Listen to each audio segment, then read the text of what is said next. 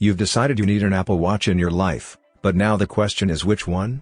There have been 6 different versions of the watch over the years, and a new one may be coming in a couple of months, but Apple currently gives you 2 models to choose from, the Series 5, which starts at $399, and the Series 3, which starts at $199. The good news is, you can't go wrong with either, if you have your heart set on an Apple Watch. Both have the same fitness tracking features, notifications and seamless integration with your iPhone. So if price is your main concern, rest easy, you'll get everything you need from the Series 3 for $200 less. But if you have some wiggle room in the budget, the Series 5 has some standout features that might just make it worth a splurge. If you're buying your first smartwatch and you're on a budget, the Series 3 is the Apple Watch for you. It has the exact same fitness tracking functionality as the Series 5, heart rate alerts to keep you in check, and seamless integration with your iPhone. More importantly, it's half the price of the Series 5, so you could also put the money you save toward the cellular model, or keep the extra $200 in your pocket. The first major difference between the Apple Watch Series 5 and the Series 3 is the display. The screen on the Series 5 is always on, so you can see the time or your workout stats without raising your wrist, while the screen on the Series 3 turns off when you're not using it. It may not seem like that big of a deal, but once you've had a taste of the always-on screen, it's hard to go back. Both the Series 5 and the Series 3 last about 18 hours with normal use, which includes getting notifications from your phone, checking the time and tracking a workout. Battery life is slightly less if you're using GPS during a workout. The advantage of the Series 5 Apple Watch is that it allows you to disable the always-on feature, if you need to get more mileage out of the battery. The Series 5 is only a couple of millimeters larger than the Series 3, but the screen will seem noticeably bigger, because it has smaller bezels. It's still a tiny screen compared to your phone, but it's definitely easier to read. The Series 5 display is also brighter than that of the Series 3, making it easier to see outdoors and in direct sunlight. This will be especially helpful for checking live stats during a run, without having to pause and squint at the screen to see your data. Both these watches are great fitness companions that track just about any workout and give you reminders to get moving on your off days. They both have a built-in GPS, which means you can leave your phone behind on a run and still be able to track route and distance info via the watch.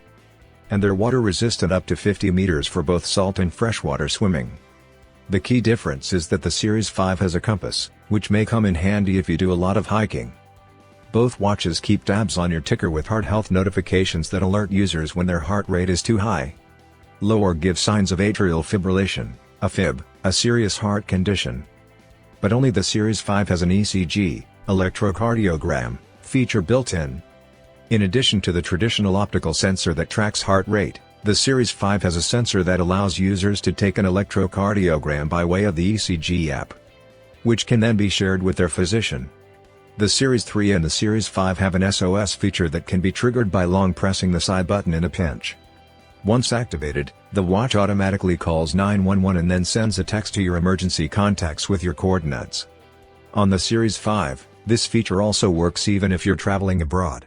The Series 5 also has fall detection, which is like an automated version of the SOS feature that's triggered by a hard fall instead of a long press. If the user doesn't move for about a minute, the watch then notifies both emergency services and emergency contacts. Unless you have both watches side by side running the same tasks, you may not even notice the difference in speed. But the Series 5 has a faster processor and Wi-Fi chip, so it's generally more responsive at performing tasks like starting a workout and switching between apps. It's also more reliable when connected to LTE and has more storage space for listening to your music offline. So the conclusion: if you're buying your first smartwatch, the Series 3 seems like the better deal. It has most of the same features as the Series 5 and costs $200 less. But there is one more thing to consider when making your decision, and that's the shelf life of the watch. Apple has been known to stop updating older models, and the Series 3 is currently the oldest model compatible with watchOS 7. Which means it's next on the chopping block to stop receiving support on future OS versions. Whether that means it won't receive an update to watchOS next year remains to be seen. But it's something to consider if you're planning on holding onto your watch for a couple of years and you want to continue getting the updates. There are a few links that has been provided in the YouTube description box. This include discounts, as well as unique products that you cannot come across in Google search. I earn a small commission if you buy anything from that link. Please buy me a beer. If you have any clarification, comment below the video. I will try my best to clear your doubts. Hope you enjoyed the video. If you like my video, please subscribe and click on the bell icon so that you will get my new videos. Also, don't forget to hit on like button. Thanks for watching. You are listening to Jason Peter, signing off.